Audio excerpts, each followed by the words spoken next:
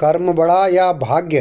कहते हैं माँ तो माँ होती है, परंतु पुत्र भी पुत्र ही होता है। एक दिन एक नौजवान अकेला बैठा रो रहा था।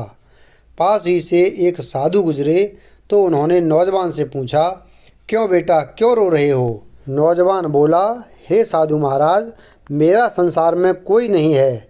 साधु नौजवान के पास बैठ गए और पूछा, बहुत दुख हुआ। क्या हुआ तुम्हारे माँ पिताजी को? नौजवान बोला, कुछ नहीं, माँ तो बिल्कुल ठीक है। साधु ने फिर पूछा, तुम्हारे भाई और बहन? नौजवान ने फिर कहा, वो भी ठीक हैं। साधु समझ नहीं पाए और नौजवान से पूरी बात बताने के लिए कहा। नौजवान बोला, मुझे इतने वर्ष लग गए यह जानने के लिए कि मेरा कोई नहीं है और किसी को भी मुझसे लगाव नहीं है, न माँ पिताजी को न भाई बहन को। मैंने सबके लिए इतना कुछ किया, परंतु सब न जाने क्यों मुझसे इतनी नफरत करते हैं। मैंने तो किसी का कुछ नुकसान भी नहीं किया, बुरा नहीं किया, कभी किसी से धन की लालसा नहीं रखी। साधु परेशान हो गए कि आखिर बात क्या है। उन्होंने नौजवान से अपनी कहानी सुनाने के लिए कहा। नौजवान ने सुनाई अपनी कहानी। जब मैं छोटा था तो एक बार मैं बहुत बीमार हुआ। मुझे बताया गया कि मुझे एक डॉक्टर ने बचाया। पढ़ाई के लिए मेरे स्कूल इतने बदले गए कि मुझे खुद पता नहीं कि मैं किस स्कूल से पढ़ा हूँ। थोड़ा और बड़ा हुआ तो मेरे माँ पिता ने मुझे अकेले रेलगाड़ी में बिठाकर चाचा के घर भेज दिया पढ़ाई के लिए। मैं साथ में बैठे एक यात्री की उंगली पकड़कर घंटों बैठा रहा। केवल 8-9 वर्ष का था मैं। 6 वर्ष बाद मैं वापस आया तो फिर पढ़ाई के लिए दूसरे शहर भेज दिया। फिर नौकरी लग गई। फिर नौकरी के लिए शहर से बाहर चला गया। बरसों अकेला रहा और जब भी माँ पिताजी या भाई बहनों के पास मिलने आता तो मुझसे कोई सीधे मुँह बात नहीं करता और सभी अनादर करते।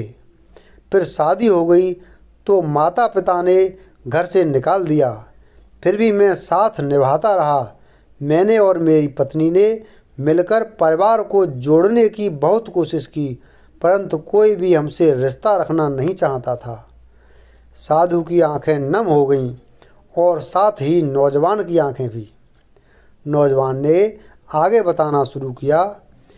फिर मेरी नौकरी बाहर दूसरे राज्य में लग गई और हमें वहाँ जाकर रहना पड़ा, परंतु जब भी मैं वापस मिलने आता तो हमेशा रोकर ही वापस जाता।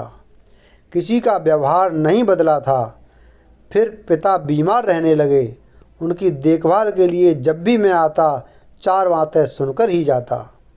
फिर एक दिन उनकी तबीयत और बिगड़ गई और उनका निधन हो गया। साधु ने नौजवान के सर पर हाथ रखकर उसको शांत करने की कोशिश की, परंतु नौजवान अपनी बात सुनाना चाहता था। नौजवान ने फिर बताना शुरू किया, मेरे पिता की मृत्यु पर कोई नहीं आया और केवल मैंने और मेरी माँ ने पिता की मृत्यु के बाद सारे कार्य पूरे किए। हैरान था कि जिन बच्चों को हमेशा मेरे माँ पिताजी ने सबसे ज़्यादा प्यार किया, आर्थिक सहायता दी, वो मेरे पिता के गुजर जाने के बाद इतने दूर कैसे हो गए। और सबने कहना शुरू कर दिया कि अब मुझे ही अपनी माँ का ख्याल रखना है और अपने पास रखना है और अब उनको माँ से कोई मतलब नहीं। साधु भी परेशान हो गया और नौजवान से आगे बताने के लिए कहा। नौजवान ने फिर बताना शुरू किया, मैं अपनी माँ को अपने साथ दूसरे शहर ले गया, परंतु हैरान था कि वहाँ भी मेरे ही घर में रहकर वो सारा दिन मेरी और मेरे परिवार की बुराई मेरे भाई बहनों से किया करती थी। मैंने उनका बहुत ख्याल रखा। पहले वो खाना खाती फिर हम खाते, परंतु महसूस हुआ कि उनका मुझसे या मेरे परिवार से कोई भी लगाव नहीं था। कुछ दिन रहकर उन्होंने वापस अपने शहर जाने की जिद की और मैं उनको वापस ले आया। फिर वही शुरू हो गया। मेरे लिए मेरी माँ और भाई बहनों के दिल में केवल नफरत ही थी। जो भाई बहन अपने खुद के पिता के देहांत के बाद मिलने भी नहीं आए, वही मेरी माँ को सगे लगते थे। मैंने अपनी माँ को बहुत समझाने की कोशिश की, परंतु वो नहीं मानी। आखिरकार वो मेरे छोटे भाई के घर रहने चली गईं और वहीं रहने लगीं। फिर क्या हुआ? साधु ने पूछा। फिर एक दिन अचानक उन्होंने वापस आकर फिर मेरे साथ रहने का फैसला किया, परंतु अब मैं तैयार नहीं था। मेरा परिवार इन सब घटनाओं से बहुत परेशान हो चुका था और अब आगे सहन करने को तैयार नहीं था। जिस माँ पिता ने, भाई बहनों ने इतने वर्ष तक मेरा सिर्फ शोषण किया हो, आज मेरी मदद मांग रहे थे, क्योंकि माँ को कोई भी रखना नहीं चाहता था। फिर भी मैं कुछ नहीं बोला और माँ मेरे साथ रहने लगी। परंतु फिर उन्होंने वही मेरे और मेरे परिवार के बारे में मेरे इन्हीं भाई बहनों को उल्टा सीधा बताना शुरू कर दिया। रोज़ घर में झगड़े होने लगे और हार कर मैंने अपनी माँ को वापस उन्हीं के घर छोड़ने का निर्णय लिया, नौजवान ने बताया। साधु ने सारी बात सुनी और पूछा, फिर तुम रो क्यों रहे हो? नौजवान ने कहा, हे साधु महाराज, मुझे यह समझ नहीं आ रहा कि शिकायत तो मुझे थी, शोषण तो मेरा हुआ, बुरा भला तो मैंने सुना। न मैंने अपने पिता की बचत में से कोई धन मांगा, ना मेरे या मेरे परिवार के दिल में कोई लोभ। फिर मैं कैसे सबसे बुरा बन गया? आज मेरे पास न माँ है न कोई सगा भाई बहन, और लोग कहते हैं मैंने अपनी माँ को छोड़ दिया।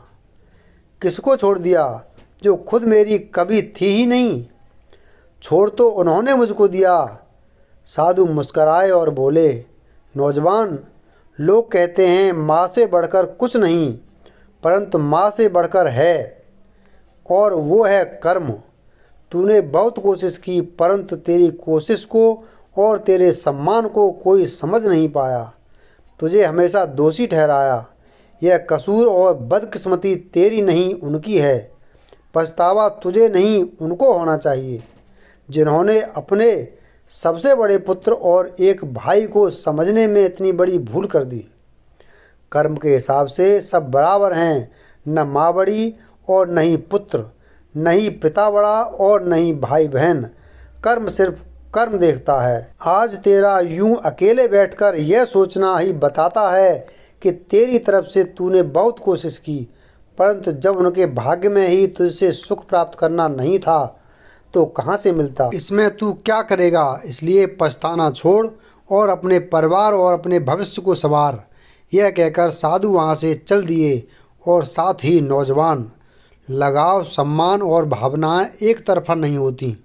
बिना लालच या लोभ से की गई सेवा धर्म के समान होती है और सही गलत का फैसला कर्म के आधार पर होता है।